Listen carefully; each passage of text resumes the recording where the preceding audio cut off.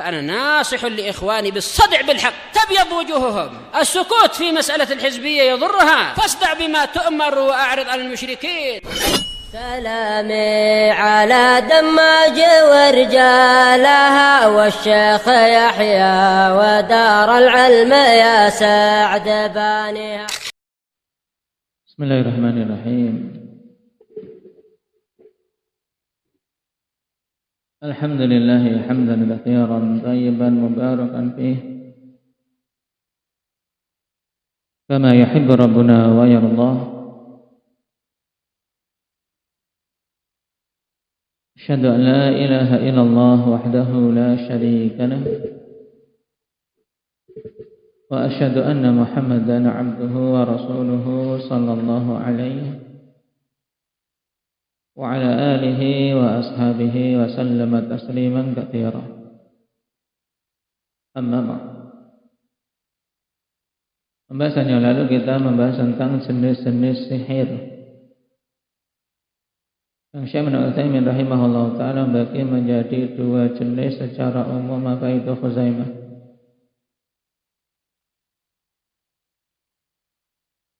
Yang pertama sihir yang menggunakan ikatan-ikatan atau mantra-mantra, jimat-jimat. Maka ini jelas hukumnya apa? Kufur, karena menggunakan bantuan syaitan. Dan ini yang dimaksud dengan sihir ketika disebutkan secara mutlak. Adapun jenis yang kedua apa itu? Khairan. Nah, sihir menggunakan obat-obatan dan ramuan. Ini terkadang juga disebut sihir. Kenapa? Karena sebab yang tersembunyi. Tiba-tiba orang minum obat, atau dengan istilah lain ya seperti racun. Nah, kemudian tiba-tiba sakit atau halusinasi. Cuman untuk yang kedua ini hukumnya apa? Maksiat. Pelakunya fasik dan zalim. Kalau sampai membunuh dengan sebab racun dan obat-obat itu, maka dihukum bunuh sebagai had. Kalau belum sampai tingkatan membunuh, maka kembali kepada sultan. Hukumannya bagaimana? Kalau memang dilihat kerusakan yang banyak yang dia timbulkan, maka bisa dibunuh sebagai hukuman atasnya. Adapun jenis yang pertama, maka secara syar'i hukuman penyihir itu adalah dibunuh. Kemudian hukum mendatangi penyihir atau mendatangi dukun. Indahnya fadil, tidak boleh. Terus perinciannya bagaimana? Hukum asalnya tidak boleh secara mutlak pada asalnya. Kemudian ada perincian hukum.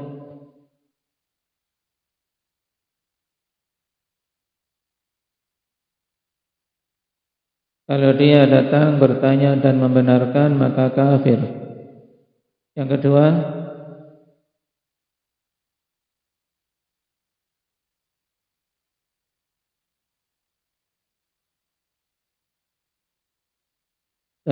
apabila datang bertanya dan dia tidak membenarkan, maka salatnya tidak diterima. Bukan tidak sah, tapi tidak diterima. Yaitu maksudnya tidak diberi pahala. Selama 40 hari salatnya tidak diberi pahala oleh Allah Subhanahu wa ta'ala. Kemudian akhwan yang belum disebutkan di sini, yaitu apabila seorang datang pada dukun untuk apa? Mengujinya atau untuk menegakkan hujjah atasnya, untuk membantahnya. Maka ini boleh dengan syarat memang orang yang datang tersebut memiliki ilmu untuk bisa melawan syubhat-syubhat dari si dukun tersebut. Baik, sekarang kita masuk pada pembahasan berikutnya, hukmu hallis sihri bis sihri.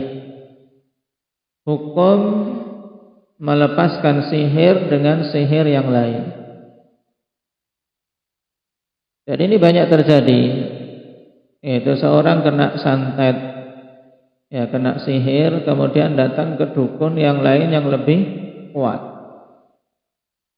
Akhirnya apa? Dilepas sihir tersebut, tapi juga dengan sihir yang lain. Bagaimana hukumnya? Hallu sihri bi sihrin mithlihi yusamma an-nushrah. Istilah baru. Melepas sihir dengan sihir yang semisal. Ini dinamakan nushrah. Dan hukumnya wala yajuzu fakkus sihri bis sihri. Tidak boleh melepas sihir dengan sihir juga. Fa'an Jabir bin Abdullah radhiyallahu anhuma anna Rasulullah sallallahu alaihi wasallam su'ila 'anil nushrah faqala hiya min 'amali syaitan. Diriwayatkan dari Jabir bin Abdullah radhiyallahu anhuma bahwasanya Rasulullah sallallahu alaihi wasallam ditanya tentang nushrah. Maka Nabi sallallahu alaihi wasallam mengatakan itu adalah perbuatannya syaitan. Iya, kenapa? Karena melepas sihir dengan sihir yang semisal. Yang tadinya sihir dengan bantuan syaitan juga dilepas dengan bantuan syaitan yang lain. Dan terkadang sesama syaitan mereka apa? Mereka saling apa? Saling menipu. Seakan-akan dia melepas, sebenarnya ya tipuan para syaitan. Seakan-akan syaitan ini dengan syaitan itu bertempur, adu kekuatan. Tapi kita tidak tahu hakikatnya karena mereka sama-sama syaitan. Nah, untuk menipu manusia dan menjerumuskan ke dalam kekufuran. Maka tidak boleh mempercayai syaitan dan tidak boleh meminta bantuan kepada syaitan secara mutlak.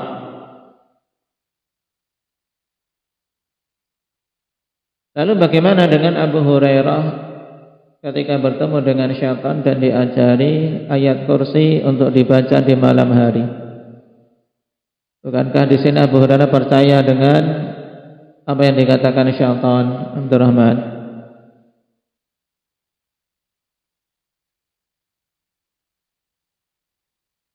Kita katakan tidak, Abu Hurairah tidak mempercayai syaitan. Buktinya apa? Dia bertanya kepada Rasul sallallahu alaihi wasallam tentang kebenaran apa yang dikatakannya.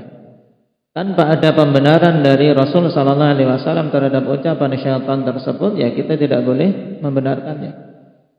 Nabi sallallahu alaihi wasallam katakan laqad saddaqa wa huwa kadzub. Dia telah benar memang dalam ucapan itu, dalam keadaan dia adalah makhluk yang sangat pendusta. Maka untuk tahu kita itu apakah yang diucapkan syaitan benar atau salah, ya dengan mengembalikan kepada timbangan syariat. Dan pada saat itu caranya dengan bertanya kepada Rasul sallallahu alaihi wasallam.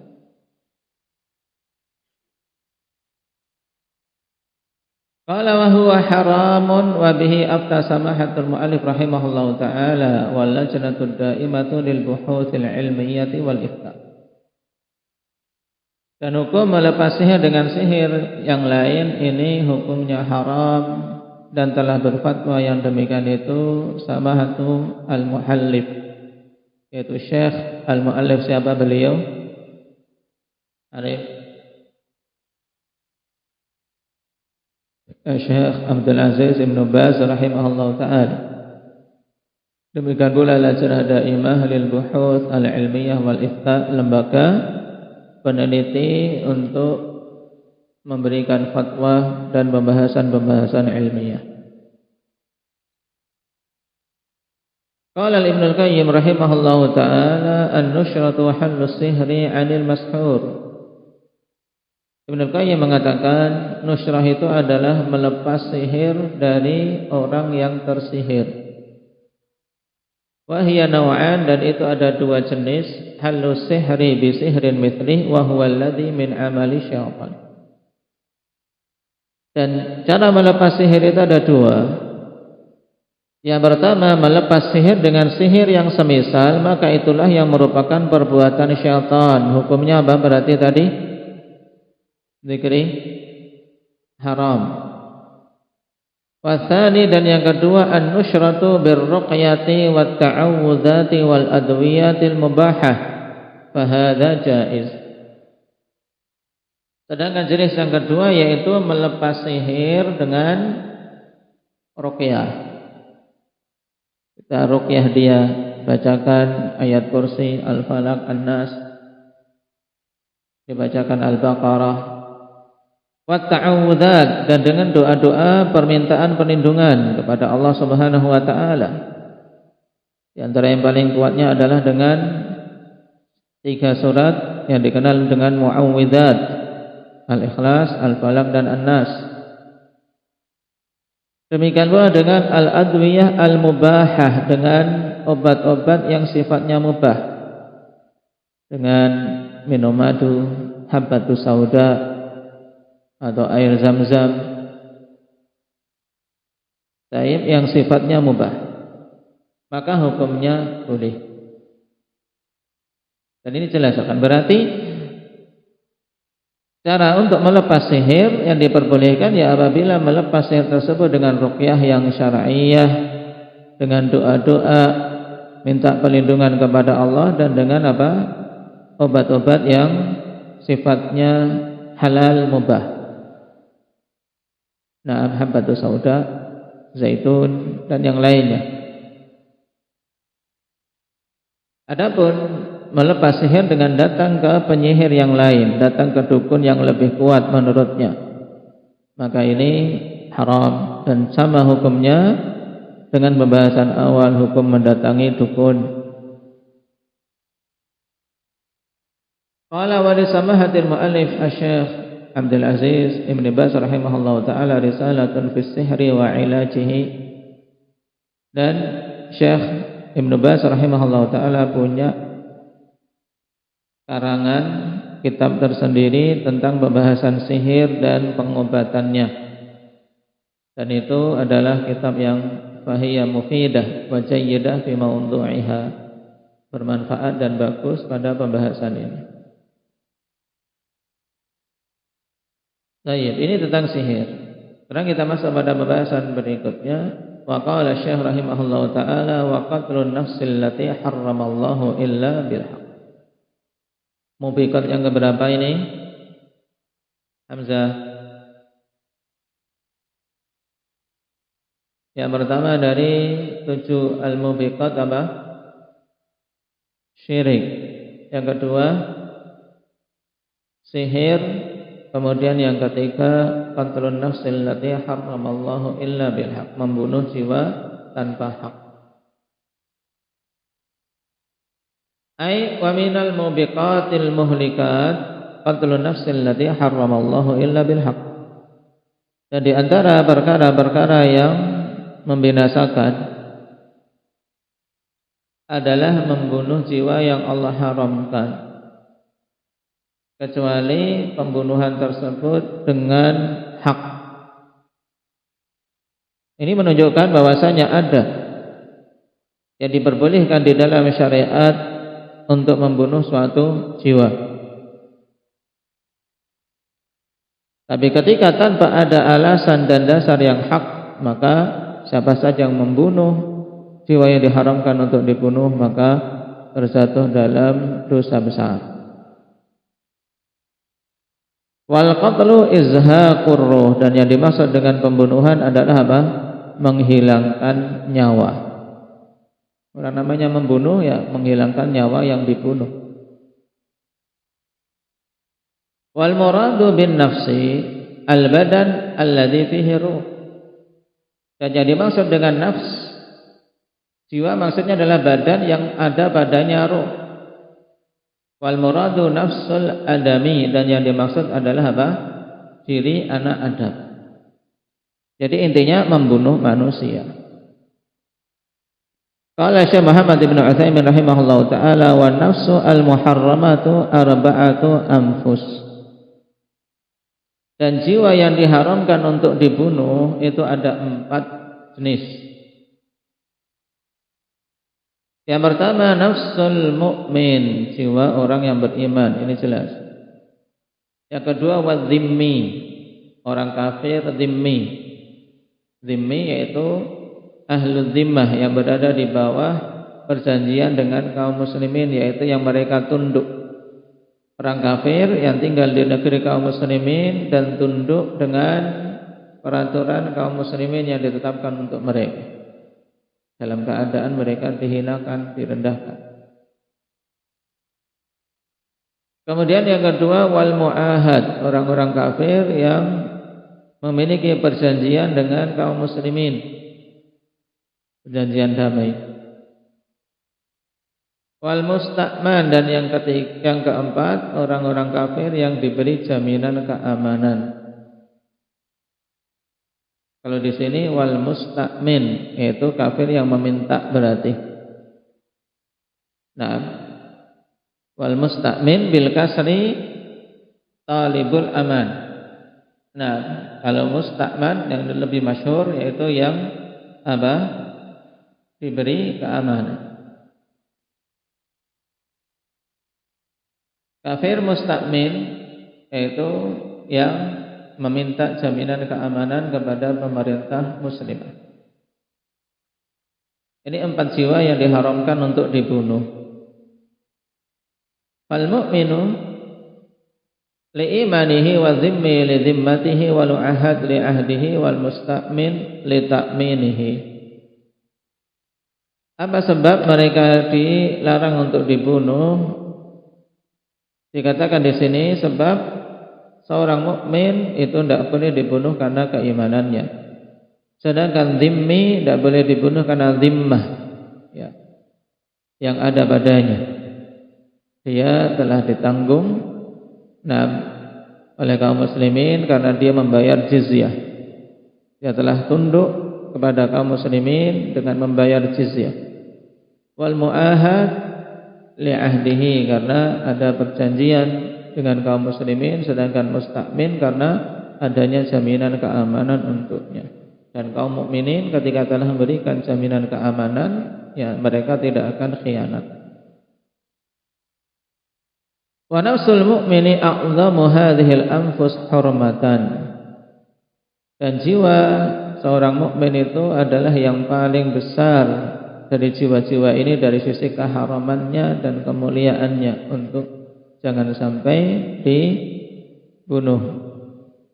Kemudian zimmi, tsumma zimmi, tsumma al-mu'ahad, tsumma al-musta'min. Ini urut-urutannya.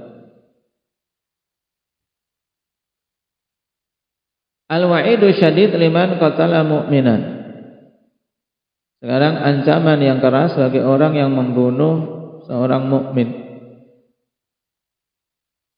Waradal wa'idu syadid fi qatlil mu'min.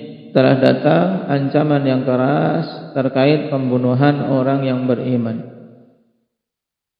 Hatta ikhtalafa ahlul ilmi hal lil qatil taubatun am la. Sampai-sampai para ulama berselisih apakah bagi orang yang membunuh itu ada taubat atau tidak. Qala ta'ala may yaqtul mu'minan muta'ammidan fajazaohu jahannam khalidan fiha. Wa ghadiballahu alaihi wa la'anahu wa 'adda lahu 'adzaban 'azima.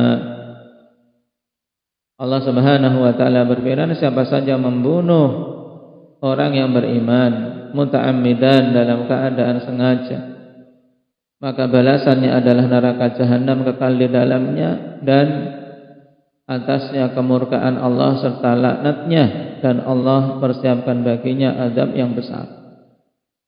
Ancaman yang luar biasa, neraka, kemurkaan, laknat dan azab. Faqala subhanahu wa qatala nafsan bighairi nafsin aw fasadin fil ardi faka'annama qatala an-nasa jami'a. Wa man ahyaha faka'annama ahya an-nasa jami'a. Siapa saja membunuh suatu jiwa bighairi nafsin, yaitu tanpa hak, ya bukan karena qisas, membunuh jiwa yang bukan karena qisas, atau bukan karena kerusakan yang dia buat di muka bumi, maka ini menunjukkan apa? Pembunuhan tanpa hak. Orang yang membunuh seperti ini seperti telah membunuh manusia secara keseluruhannya, menunjukkan dosa yang sangat besar. Wa man ahyaha faka'annama ahyan nasa jami'a, dan siapa saja yang menghidupkan suatu jiwa dalam artian menolong, menyelamatkan jiwa, maka seperti dia menghidupkan manusia secara keseluruhannya. Ini bagian kedua dari ayat menunjukkan besarnya pahala menolong, menyelamatkan nyawa. Wa fi sahihil Bukhari anna Nabiy sallallahu alaihi wasallam qala yazalul mu'minu fi fushatin min dinih ma lam yusib daman haraman. Dalam Sahih Bukhari bahwasanya Nabi sallallahu alaihi wasallam bersabda, senantiasa orang yang beriman itu dalam kelapangan pada agamanya. Itu senantiasa lapang, agamanya lapang, selama belum terkena darah yang haram. Maksudnya apa?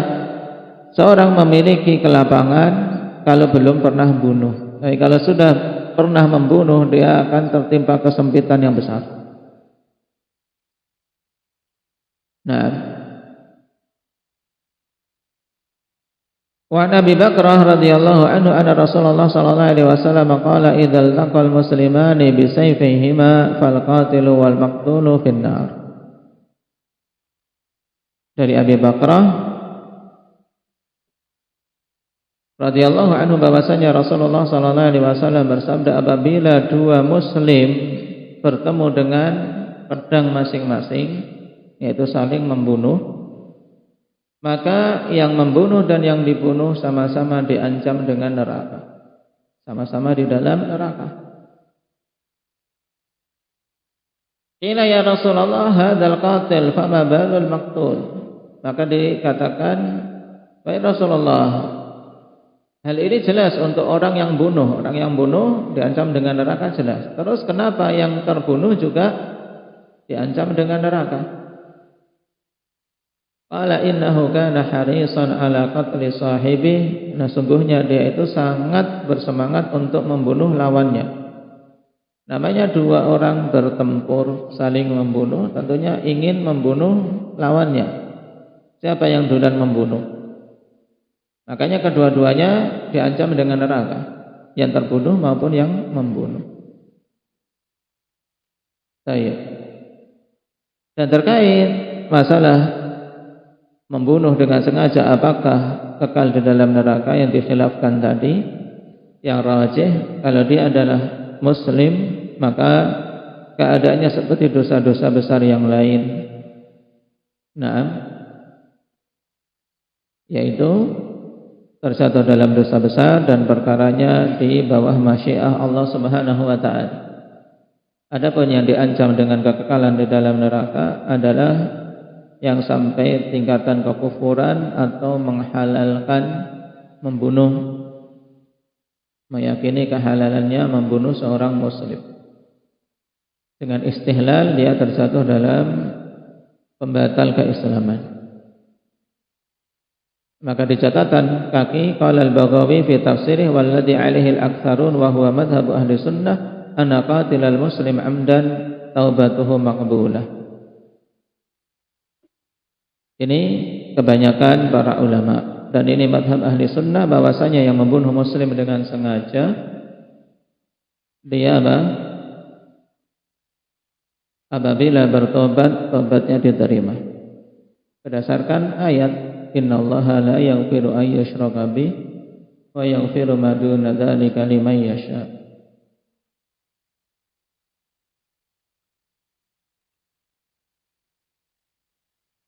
Qaulu syekh illa bil haqq ay illa al mustahaqqah lil qatl. Kecuali dengan hak, maksudnya kecuali orang-orang yang memang pantas untuk dibunuh.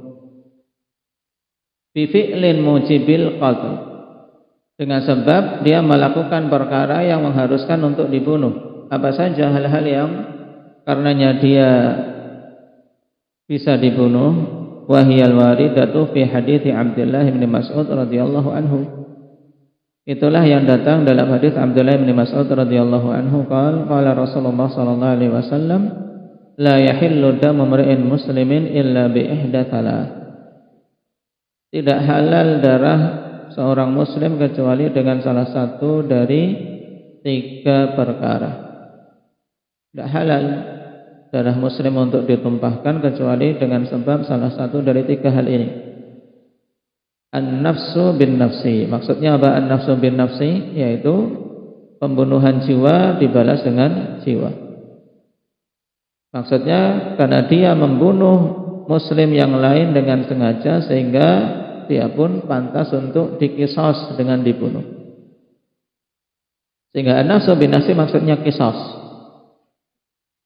Wa thayyibuz zani, yang kedua karena sebab perzinaan, yaitu seorang yang sudah pernah menikah kemudian berzina, maka dia juga dibunuh sebagai hukum had, dirajam sampai mati. Wa tariku lidinihi al-mufariqu lil jamaah, yaitu yang ketiga orang yang murtad, meninggalkan agamanya dan memisahkan diri dari jamaah kaum muslimin.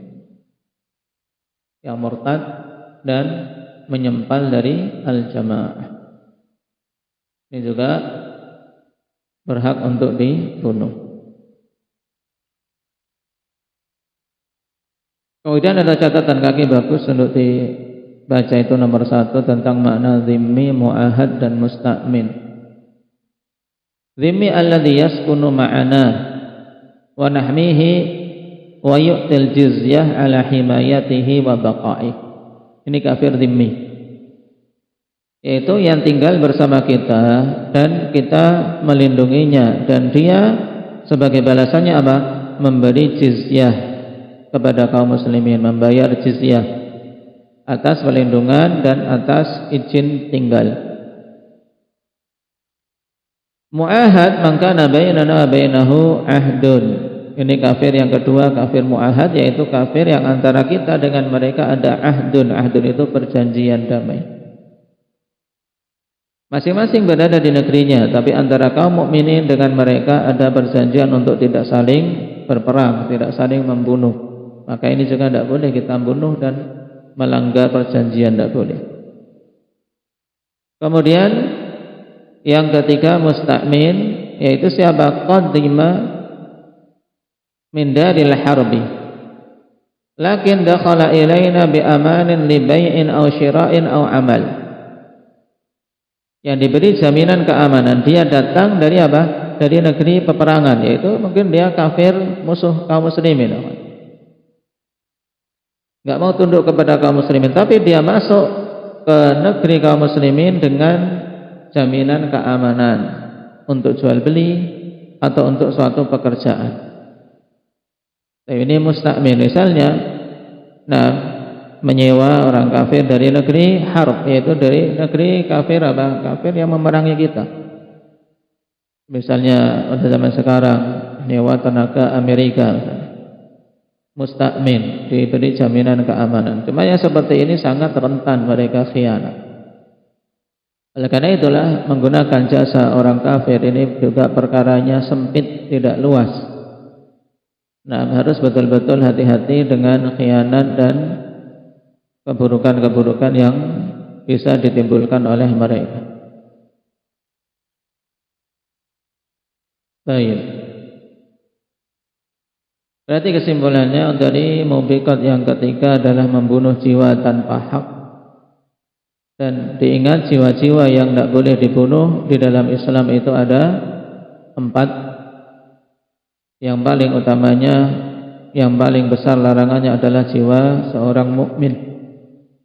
Kemudian kapan suatu jiwa mukmin itu boleh dibunuh? Ketika dibunuh karena qisas. Yang kedua ketika berzina dalam keadaan dia sudah muhsan. Yang ketiga ketika dia murtad.